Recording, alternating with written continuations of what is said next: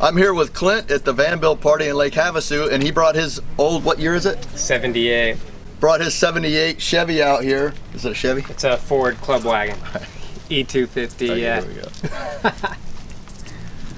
I'm here with Clint at the van build party in Lake Havasu, and he brought his Ford van out to have some custom work done to it. And right now he's going to go ahead and start prepping the floor for the subfloor that he's going to put down. You want to tell us a little bit about it? Yeah, so I got this van and it was wet, had a lot of water damage and was all moldy. So we tore that all down to the metal and we're just starting from the ground up. We're going to patch up rust and try and keep a wood theme to it and see how far we get while we're out here. So what are you going to be starting with today? Today we're starting with the floor and the ceiling. And what are you going to do to prep the floor? We're sanding away some of the rust. I've been looking into this rust inhibitor that you're not supposed to sand it all away, so we're just going to do a light sanding and some prep and then insulate. Can you show us what you're going to use to sand with? Sure.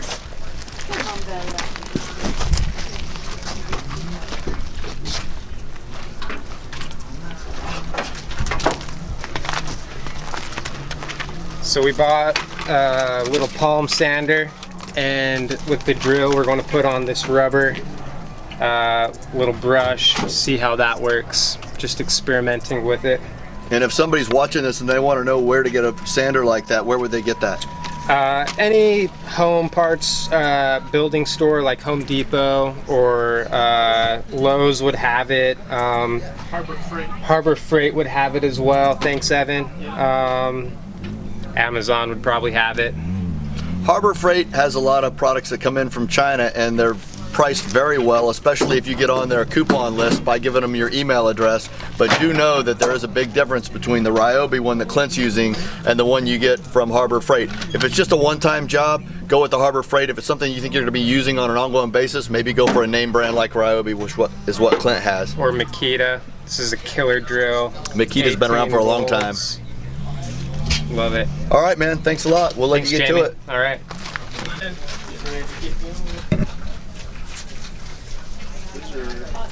Those are pretty.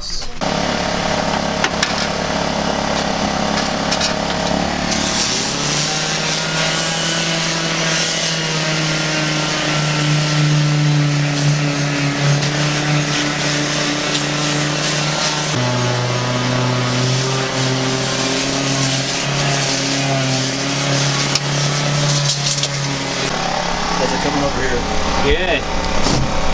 Coming to see what's underneath these side panels. Maybe do a little extra insulating. Gotcha. We're in Utah, so the winters get cold. I hear you.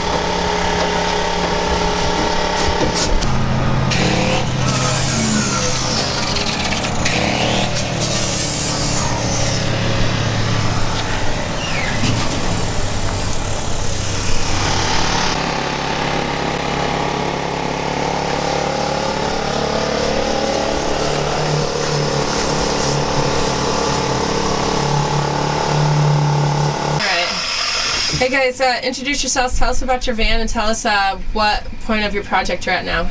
I'm Evan. My name's Clint. Really we had to demo the whole thing because it had a lot of water damage. So we're working from the floor up. Over here, the black is rust protective paint that we've put down on the rust in the bed. And up here, these were holes in the floorboard from a lot of water, so we've cut these new pieces and just screwed them down. So from here on out, we'll start screwing down the floor and put in the bed and see how far we get in the van build. Tell me about the subfloor and tell me about what you're putting on top of it. So Evan and I currently live in the northern Utah area. It's a little chilly in the winter and we heat probably 9 months out of the year. So we want this to be insulated and warm where we can go to the mountains and camp comfortably. It's more a weekend warrior than a full-time living design, but with that being said, we chose to choose foam. I don't think we have any spare pieces laying around, but it's just the If you look back there, it's the metal covered, about an inch thick foam. We're using that for the first layer, and then some treated sheets of plywood. Treated them with what was it, Evan? It is a Thompson waterproofing sealer. And we got all sides of the edges and everything just for waterproofing, so we don't get any swelling or anything should any moisture get in. We used great stuff to kind of seal off around anywhere that there were compromises, holes in the floor. Great there. stuff. It's great stuff, expanding foam, and it insulates and protects. It's for filling gaps over an inch. There you go. Comes in a bottle like this. Can't find the open one currently, but it expands, so you need to remember that you're not filling in the entire gap to begin with. You need to leave room for it to do its job. Otherwise, you'll have a lot of mess to clean up later. If you do find that you've sprayed too much, let it dry completely, and then you can shape it with a knife. Just cut it to whatever you need. This is the sealer brand we used. We thought we might just go ahead and leave the plywood as the main floor, so we went with the semi-transparent cedar finish. But so that's the result you'll get with that particular stuff. But we're going to cover it again. This is going to become the subfloor, and we're going over this with a locking vinyl flooring. Nice. This is that engineered floor. It's tongue and groove, so it just slides together as you would any other tongue and groove. You can alternate the seams so it looks like real wood.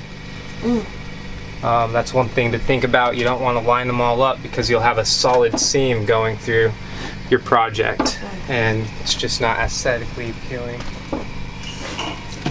Best way to offset your seams is to cut initial rows and just line all those edges up. So if I cut, say we cut this one to 2 feet, and this was going to be our line right there, just cut that piece, and then you can use the other one on the other side, but they'll just naturally want to alternate every row from there on out.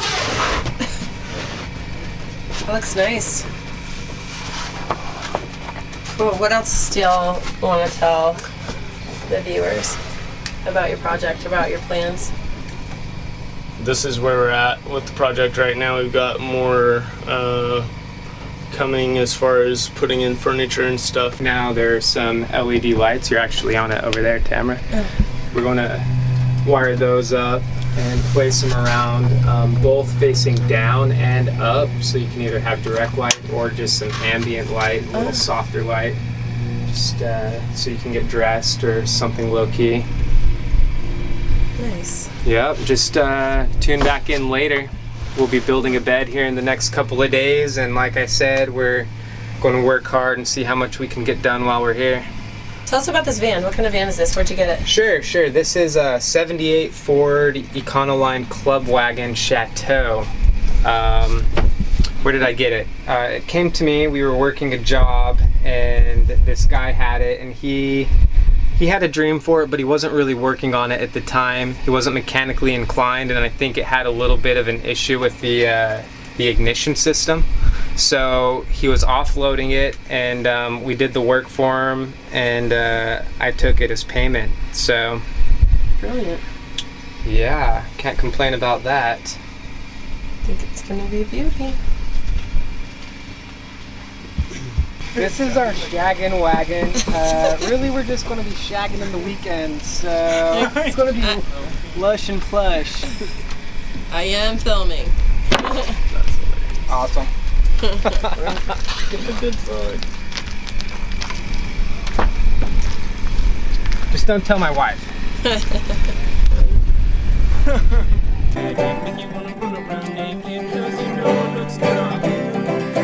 You ain't never had my already. It's a little bit of heaven.